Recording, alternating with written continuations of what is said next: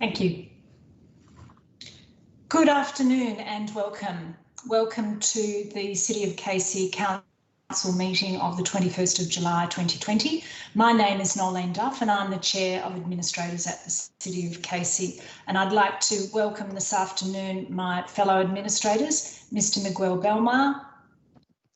Good afternoon. And Mr Cameron Boardman. Thank you and good afternoon. And we are joined today by our CEO, Glenn Patterson, the executive leadership team and the staff who've assisted this evening, being Jordan, Reese and Jacinta. This afternoon we are live streaming the meeting, and in line with the restrictions issued by the Victorian Government on public gatherings due to COVID-19, the public gallery for this meeting is closed and the meeting is being held virtually and live streamed to members of the public. I'd like to start with item 1, the statement of acknowledgement. The City of Casey proudly acknowledges the traditional owners, Casey's Aboriginal communities and their rich culture, and pays respect to elders past, present and future. We acknowledge Aboriginal people as Australia's first peoples and as the traditional owners and custodians of the land on which we work and live. The diversity statement. The City of Casey is home to a remarkable diversity of cultures, languages, faiths, identities, landscapes and stories. From our first Australians to our most recent arrivals and every wave in between, the City of Casey welcomes and represents all community members and their respective ambitions to live healthy, rewarding and happy lives. These intersecting and overlapping community stories form Casey's collective identity and contribute to its evolving rich history. We recognise this diversity as our strength and we aim to share, nurture and celebrate it. I now move to item 2, confirmation of the minutes of the council meeting held on the 7th of July 2020. Do I have a mover? I'll move those minutes, Chair. Mr Boardman, and seconded Mr Belmar. All in favour?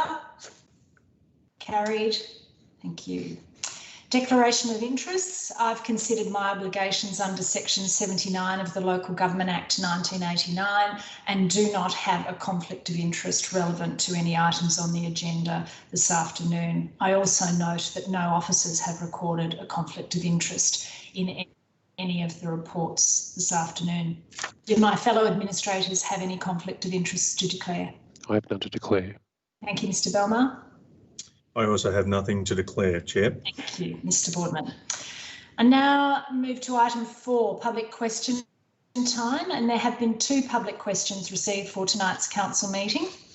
The first question has been received from Kasuni Mendes, and the subject is multicultural youth programs. And the question is, in late 2019, the City of Casey advertised 2 roles within the Youth Services team, one for Multicultural Youth Development Officer and the other for a Multicultural Women's Leadership Program Officer. What has happened to these roles and what progress has been achieved towards reaching the aims of these roles since they have been filled? And the staff have advised me that the City of Casey Young Women's Leadership Program, as part of the City of Casey Youth Services, was a successful recipient of the Victorian Health Brighter Futures grant in 2019. The grant enables the City of Casey to facilitate the Young Women's Leadership Program. The main aim of the program is to provide young women from migrant and refugee backgrounds to increase skills, confidence and leadership opportunities in a peer learning environment. And with respect to the other part of the question being about the Multicultural Youth Officer, the Multicultural Youth Officer builds effective partnerships with key stakeholders to support and raise awareness of issues to be addressed that will benefit young people from culturally and linguistically diverse backgrounds. The Multicultural Youth Officer is responsible for development and delivery of a range of activities that are inclusive of young people from a culturally and linguistically diverse background.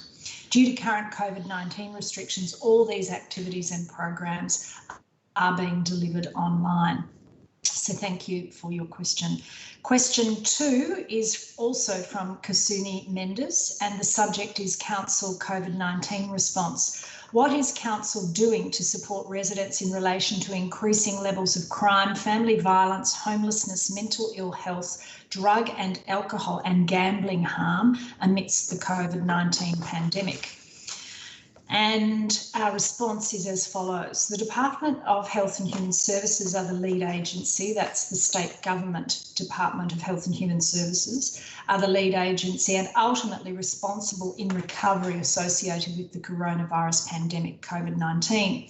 Council is a support agency and plays an active role in supporting residents. And just some examples, and there are many examples of the work Council has been doing in response to COVID-19, and I'll just quickly run through a number. Council has worked with local police on issues raised by members of the public, and where appropriate has responded with some of our activities such as our graffiti removal program and others. In response to family violence, Council has enacted a family violence prevention strategy to address the issues that drive the causes of family violence in the Casey community. Casey's been a long-standing, strong advocate and leader in addressing this issue over a number of years, and most recently has undertaken a number of initiatives with respect to family violence in our community, training over 500 people in bystander action, training over 200 council people leaders in managing disclosures from staff and clients, undertaking family violence prevention social media programs and campaigns, developing tools for city planners to improve safety for women and girls in the design of public places and facilities. Casey is also a strong advocate for the location of an Orange Door safety and support hub in our city to provide a comprehensive and coordinated service to women and their children escaping violence. Implementing the Community Activation and Social Isolation Initiative funded by the State Government Department of Health and Human Services, linking vulnerable people who have been referred through the hotline to local support networks. This initiative will benefit anybody in the community who needs practical, emotional or social support in the context of COVID-19, and particularly those who have minimal social connections and informal supports. The initiative is available through the COVID-19 hotline, and that phone number is 1800 675 398. Council has also supported the department with people who've been referred to us providing food and material support through various programs. And we've also escalated our community grants funding to a range of community service organisations and service providers, many of whom provide support around that very wide range of services, including homelessness, family violence, mental health and gambling. Council has also delivered targeted communication campaigns to ensure that all the public health information, as well as information about available support services, is accessible to Casey residents. And there is a very wide range of information on our City of Casey website, which I encourage people who are watching tonight to access and have a look at. And that also details the range of agencies that Council has supported who are also assisting people in our community. And that includes publishing translated materials, community resource directories, as well as the Be Kind campaign initiated by the City of Ballarat, which we've participated in. And throughout the COVID-19 Relief and Recovery Network, Council partners with a range of key local and regional service providers, as well as the state government, to address local challenges and support agencies to deliver the best outcomes to Casey residents impacted by COVID-19. So once again, I thank you for your question. We now move on to item 5 this afternoon, which are officer reports, and there are 7 officer reports to discuss tonight. The first of those are moving to item 5.1 on the agenda, which is the Regional Local Government Homelessness and Social Housing Charter, and I seek a mover for that recommendation. I will move that recommendation, Chair. Thank you, Mr. Boardman, and a seconder? I'll second that. Mr. Belmar. Mr. Boardman, would you like to speak to the report? Thank you, Chair. I trust that interested stakeholders had the opportunity to review this report and would understand the context. Where in November last year, the city participated in the CEO forum, which was titled Regional Response to Homelessness, which was convened by the Monash City Council. And while homelessness is a significant and quite distressing aspect that faces our community, the reality is that it has to be viewed through a lens that not one municipality can address this issue in isolation. And it's not up to each municipality or even each region to put forward solutions or to propose practical opportunities that potentially will have an impact. It has to be consistent with state government and arguably national policy frameworks. And this is what this charter and what this some of the principles and recommendations in the charter are seeking to address. It should be noticed, Chair, that in 2018 the census did count 1,285 people as homeless in Casey, which did perhaps significantly understate the severity of the situation. The Australian Institute of Health and Welfare did provide a more accurate picture that indicated that 4,065 individuals did access specialist homelessness services in Casey, and that was the highest number of any Melbourne local government area aside from Brimbank. But if you look at the principles around this particular charter, it does state that what needs to happen in order for this matter to be addressed successfully is that there's got to be some better accountability around responsibility and success. There's got to be housing as core infrastructure, which I think we all are in complete agreement with. Human rights and housing first needs to be viewed through the lens that we will work with the sector to develop adequate stock levels, adequate supplies, and to ensure that services are being addressed and provided through the right mechanisms. It is an urgent issue. It does require some changes to the way we've done it previously through innovative processes, but the purpose around that there needs to be an increase in the social housing stock. There needs to be a more effective, integrated and supported system, and we need to ensure that we, as I stated in my opening remarks, are not working in isolations, that it is collaborative, that it is seen through a national, a state and a regional lens is one way that we're probably going to address the issue in greater impact. So the Charter is something that represents the commitment of 13 Eastern and South Eastern regional councils to collectively act to address the urgent need for increased social housing. It will have an impact upon other aspects of council business, and these are matters from a strategic lens that the administrators and senior council officers are looking at. But it is a good first step following what happened in November 2019 to really try and look at how we address this issue through some different approaches, and I trust that it will be endorsed equally through our partner and neighbouring municipalities and the state and national policy context. With those comments, I'm very pleased to adopt the Charter and move the recommendation. Thank you, Mr. Boardman. Mr. Belmar. Thank you, Chair. Just a brief some brief remarks in support. It's not often thought that this issue is one that affects suburban councils. It's always considered more of an inner city issue, and it's important that Casey is part of the wider conversation and takes its responsibility seriously on this important social issue.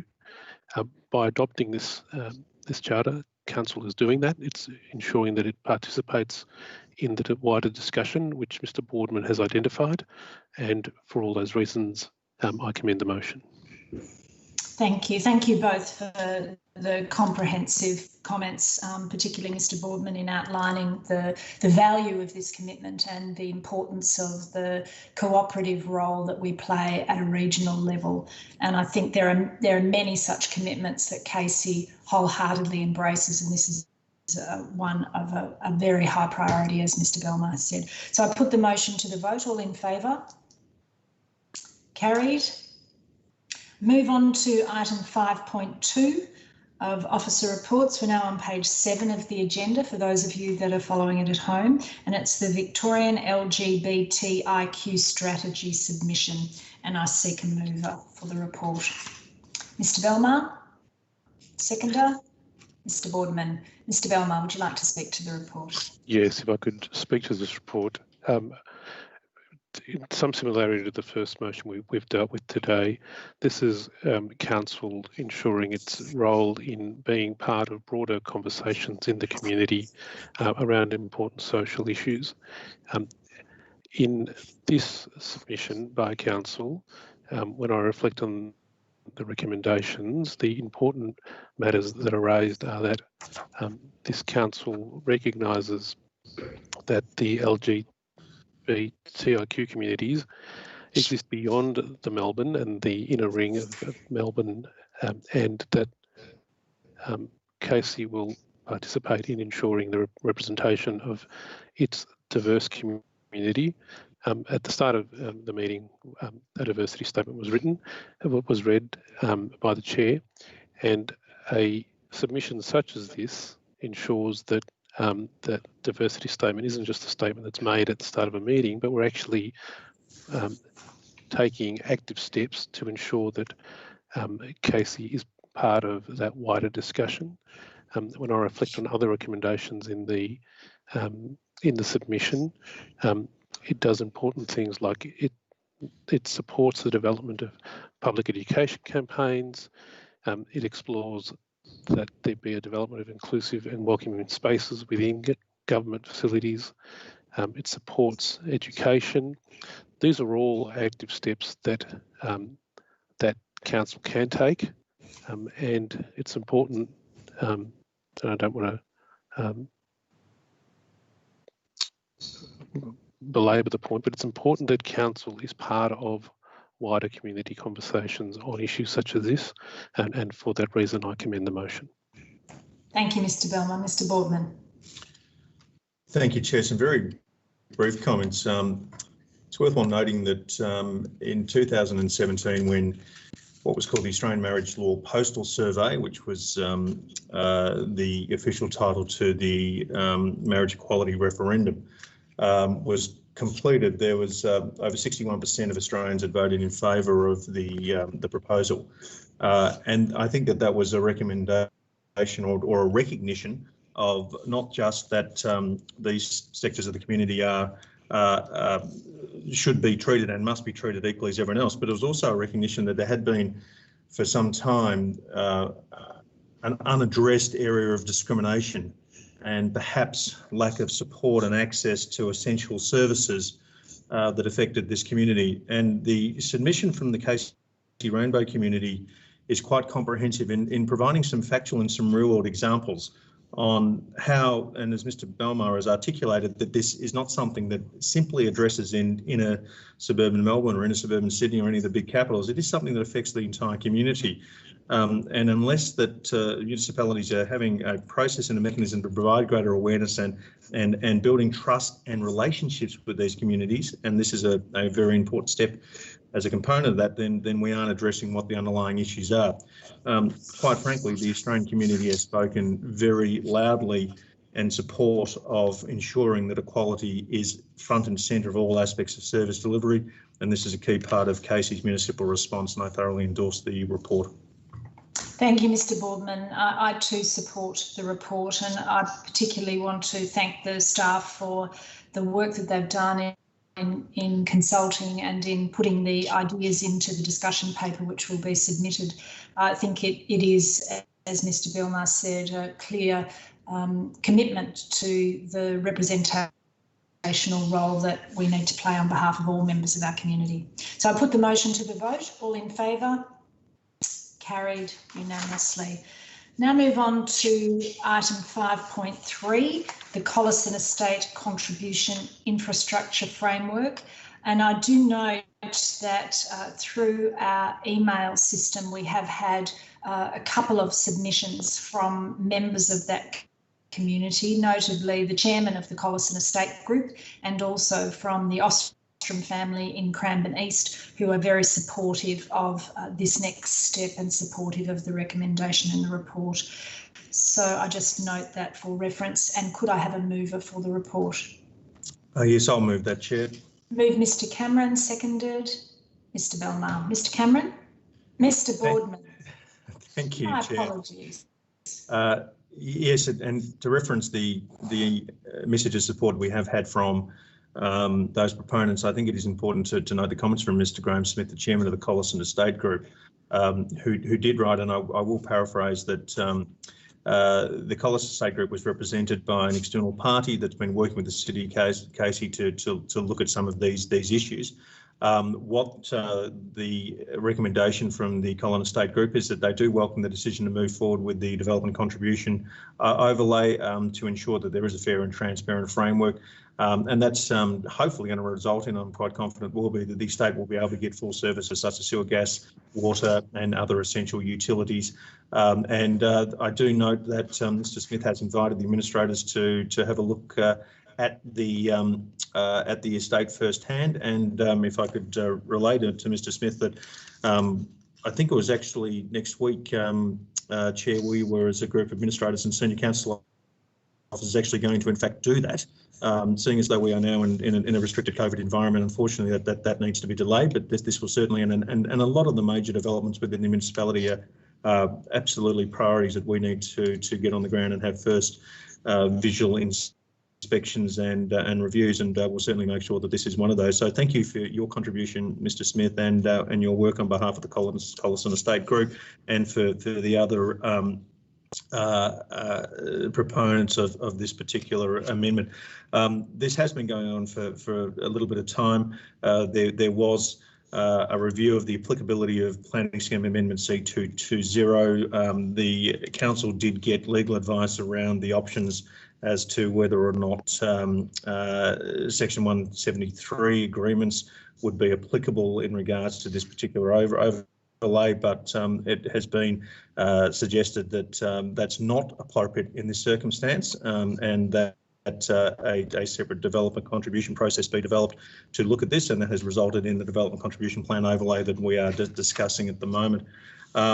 This needs to be managed through the council's contingency reserves, which is reserves that we adopted through the budget process to allow for the support of such processes. There will be, of course, quite a significant preparation and subsequent consultation that has already been carried out and will be further carried out as we move forward with some of the significant and ongoing planning issues. But these matters do not come cheaply. They are quite costly and complicated exercises for council, and hence the reason why this has been such a significant and comprehensive process that has involved not just a legal review and community consultation, but significant review from an internal perspective from council officers. So with those remarks, Chair, I'm quite satisfied the process meets the community's expectations. It is certainly endorsed by the community through some of the recent communications we have had, and I am very pleased to adopt the recommendation as proposed. Thank you, Mr. Boardman. Mr. Belmar, would you like to speak? Yes, if I can also endorse the recommendation. As I review the papers, there are 94 landowners that are affected. They've been affected for a significant period of time. They are calling for a system that allows them to undertake some work, some developments around their unique environment, which most people in the community just consider very normal and just a part of what's exists in everyday life.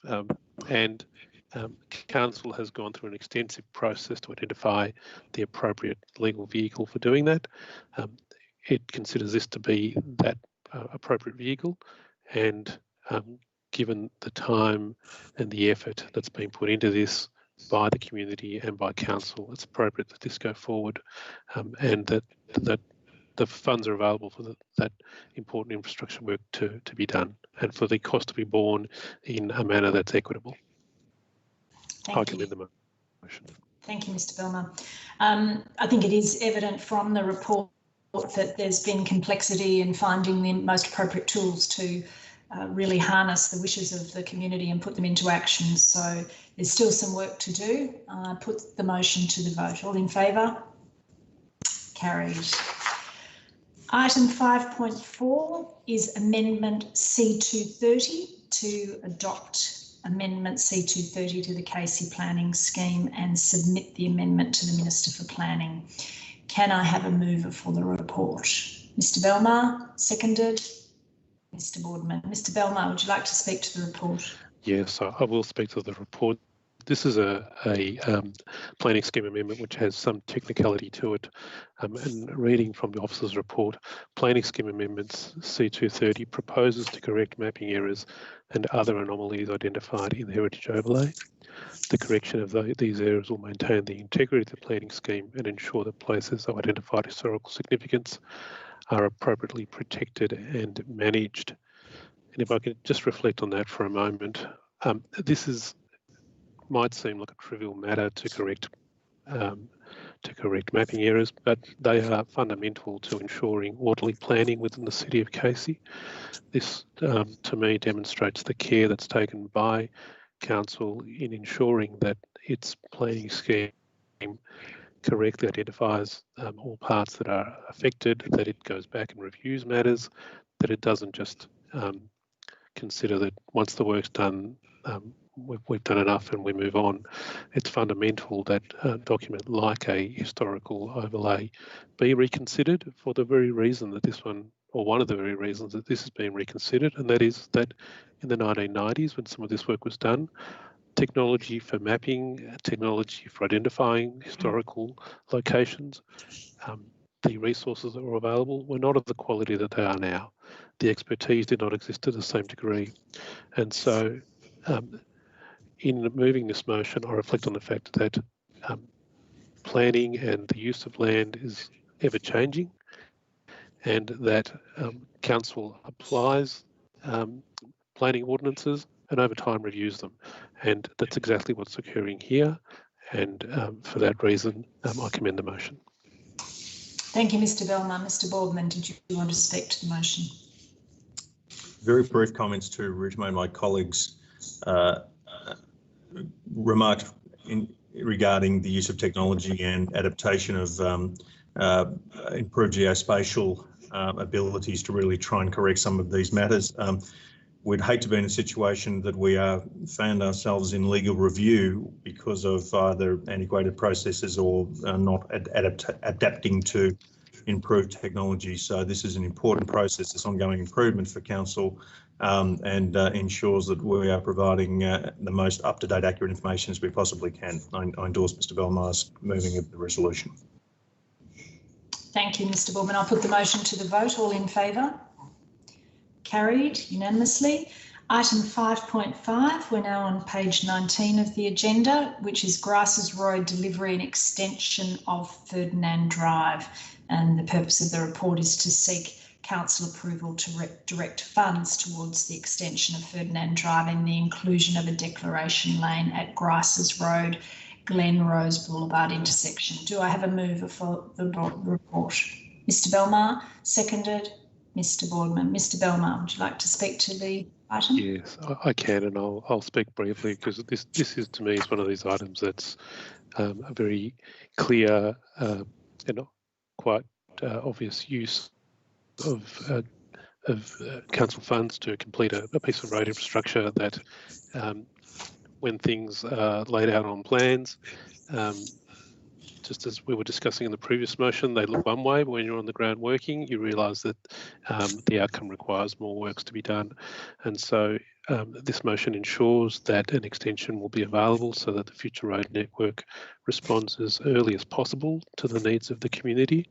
We're talking about a road that is right on the boundary of the growing municipality, and it's important that roads of that nature are built and that they're built in time so that they're available for the community to use them as soon as they're required by the people that are joining that community. So for that reason, and for the sensible approach that's being taken in doing that early, I commend the motion.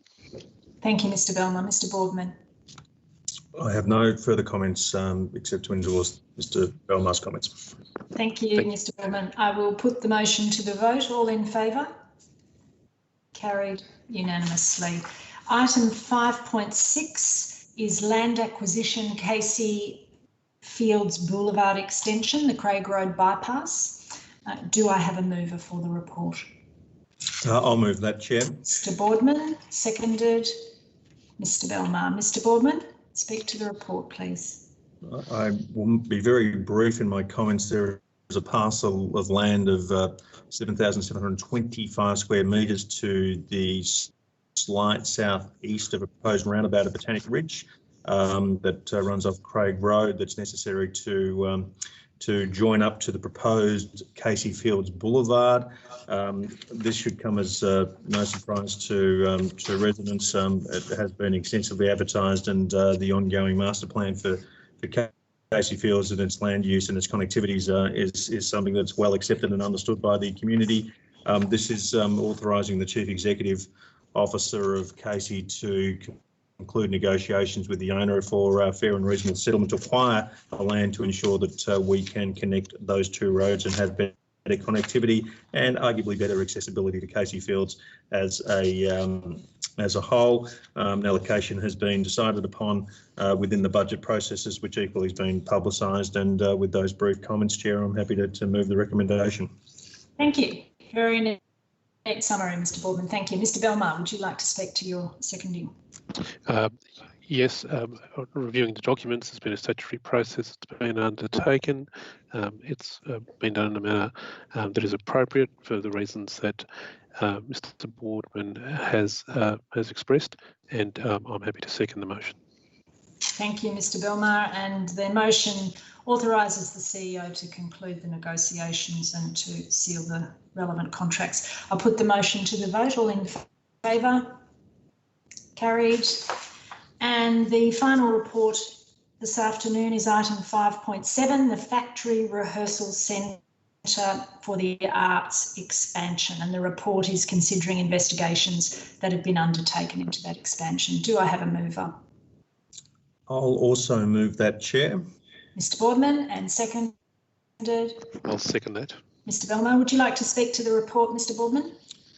Thank you, Chair. We don't want to be necessarily in a situation where we are not advocating, encouraging and fulfilling what would be worthwhile community infrastructure projects. Unfortunately, on this occasion, it is not a project that Council is in a position to continue to fund for two reasons. One is it's subject to some master planning considerations that will ultimately be affected by the potential redevelopment of the Cranbourne railway station. And the other is because the cost to fund this facility in Cranbourne to an expected state that would allow for the other amenities that have been outlined in the report, potentially up to $29 million, is just prohibitive in this environment. And whilst we do acknowledge that the facility provides a vital community service and is well utilised, and certainly there is an opportunity for further improvement to the facility, we have to be cognizant of the environment that we're operating. We have to be quite respectful of our financial and budget considerations. We acknowledged when we adopted the budget a few weeks ago, Chair, that there will be not just a strain on the revenue position of the company, but there'll be a more significant strain on some of the additional service provisions that the council needs to provide, considering the current environment. And we have taken a position, and this is quite respectful and well considered, that we need to ensure that we are adequately financed and providing the necessary resources for the council to provide those services, at the same time balancing what is a very forward-looking capital works budget, which we have adopted, gone through some significant considerations. A number of those projects we've discussed this afternoon. And unfortunately, at this stage, as I said, this is not one of those projects that we can continue to advocate at this stage. It does not prevent the council from looking at the factory in the future, and it certainly does not prevent the factory community groups from applying through the community grants program for any upgrade or other minor capital works program when those community grants programs become live in the foreseeable months. But I think for the reasons that I've articulated in the details that are in the council reports and the recommendations that are contained therein, we do have at this stage an obligation to act financially responsible and be quite prudent with council's finances to have a very long-term view of how our capital works budgets are applied and managed. And there is an opportunity in the future to revisit this, but at this stage it is not a project that we can endorse. Notwithstanding that we acknowledge the vital community service that the factory provides, and we wish all of those participants who utilise the facility ongoing success, and we will certainly support with any reasonable improvements through the community grants and other processes into the future as appropriate. Thank you, Mr. Boardman. Mr. Belmar. Thank you. For the reasons Mr. Boardman's articulated, I second the motion and I commend the motion. This really is the time for, well, as always, but in particular in the present time, for council to be very prudent and careful in the activities that it funds. And as Mr. Boardman has reflected, it is a matter that at the present time, this would not be prudent expenditure. The services that are offered can be revisited in future, but for the time being, this is not a project that should go forward, and I fully endorse Mr. Boardman's comments. Thank you both for your comments. Just by way of brief comment, I too support the comments that you've made. It's been quite a thorough piece of work and quite a detailed piece of work that's been undertaken, including the development of an opinion of probable cost, which is very, very significant. And for the reasons you've referenced, in particular, Mr. Boardman, I support the recommendation. So I'll put the motion to the vote. All in favour? Carried unanimously. Thank you for the officer reports. We just have a couple more items to deal with. Item 6 is consideration of reports of committees, and for that purpose I just note the record of discussion as listed in the agenda papers. Item 7, we have received one petition that has 185 signatures, and it's with reference to Precinct 9 in Narre Warren North. And we have had a number of pro forma letters from residents in Narre Warren North that are requesting council reopen consideration of the subdivision controls within the low density Precinct 9 area as identified in council's housing strategy. The matter was recently dealt with through consideration and approval of Planning Scheme Amendment C198, which implemented council's housing strategy across the municipality, and I'm advised that was considered by council in November 2019, or approved by the minister in 2019, November 2019. The approval of C198 provides for 4,000 square metre minimum subdivision in Precinct 9. The submitters are seeking and sought throughout the amendment process, including by way of submissions, a 2,000 square metre minimum. Amendment C198 exhibited Precinct 9 as a 2,000 square metre minimum subdivision. An independent planning panel appointed by the Minister for Planning recommended the 4,000 square metre minimum subdivision be retained. Amendment C198 was approved by the Planning Minister on the 29th of November 2019 in accordance with the Planning Panel's recommendation, which the Council supported at that time. The housing strategy and C198 included significant strategic analysis and community consultation over the last 5-year period, and submissions in response to the subdivision within Precinct 9 were received and considered by Council, the independent panel and the Minister. Given that C198 was determined by the Minister for Planning, I'm of the view there is little strategic planning justification to prioritise a review so quickly, a review of that minimum subdivision in low density residential areas. So there is a suggested recommendation which I believe one of you will support by moving. Do I have a mover to receive the petition, and would you like to read the recommendation, Mr. Yes, I can do that.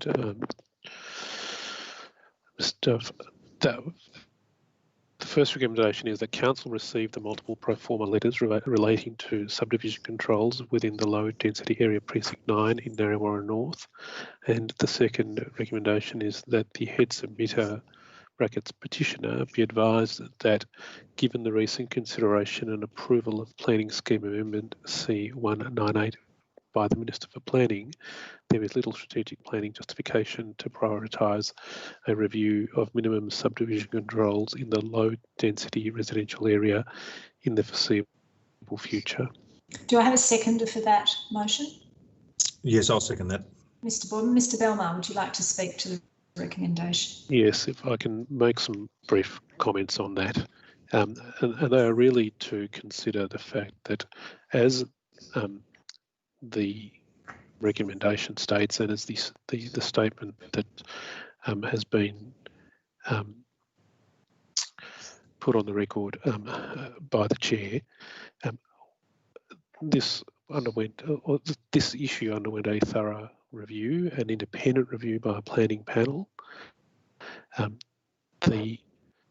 The outcome that is sought by the petitioners in the present petition was a matter that was considered by that panel, and a different outcome was adopted by the minister. Ultimately, my reflection on this is that just as some of the other emotions that we've moved today with respect to planning, and I'm thinking about the historical overlay, land use and planning is doesn't stop in time. It moves with the times, and at the present time, given that in November last year a different outcome was adopted by the minister, there is really 9 months later no basis on which there's been a change in land use to go forward with a different outcome. And so at present, the recommendation I have moved in the way that my consideration is the appropriate one at the present time. Thank you, Mr. Belmar. Mr. Boardman, do you want to speak to the motion? Thank you, Chair. There's potentially 185 residents of Narre North tonight who are quite disappointed with the decision we've made, and we understand that. We accept that you will have that disappointment, but we want to give you confidence that we have thoroughly reviewed your petition and the request, and as the Chair has articulated, this has been subject to a very significant comprehensive process over a number of years now.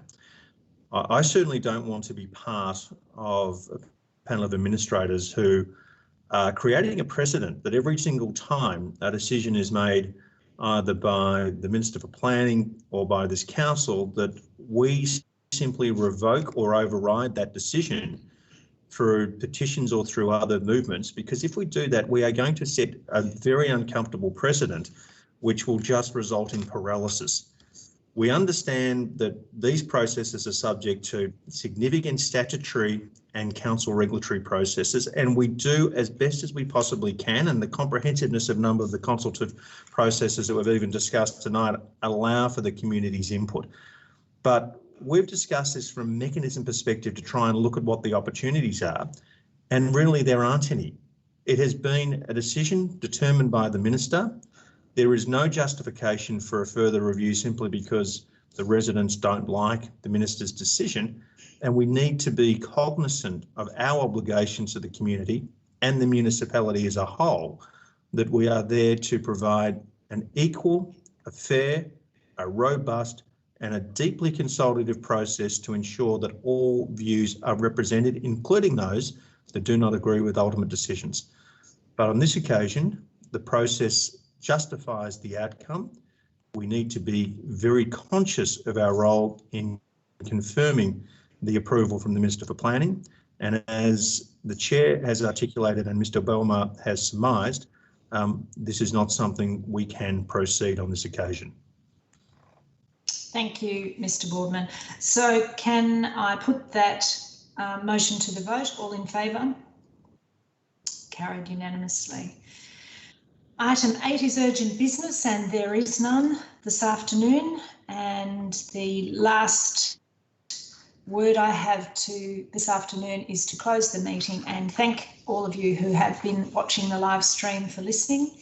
And I do thank the person who raised the question about COVID-19 and allowing us to share some of the actions and activities that we are undertaking as a city. The staff team here have been working very hard in providing ongoing service delivery to so many people in our community, particularly older people, children, and those in the front line have really been working very hard to ensure that there's continuity and certainty for those more vulnerable members of our community. So I thank them for that.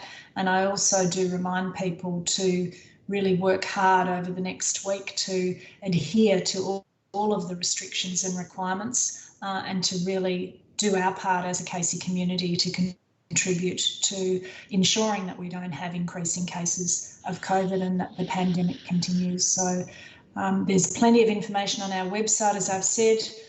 There's plenty of information on the Department of Health and Human Services website. So if you're uncertain, please hook into those. Or if you don't have that access, please give council a call, and I know our customer service people will put you on the right path. So thank you, colleague administrators. Thank you for your participation this afternoon. To the staff who've been involved in the live stream this afternoon, and to those of you listening, good afternoon and thank you. Thank you.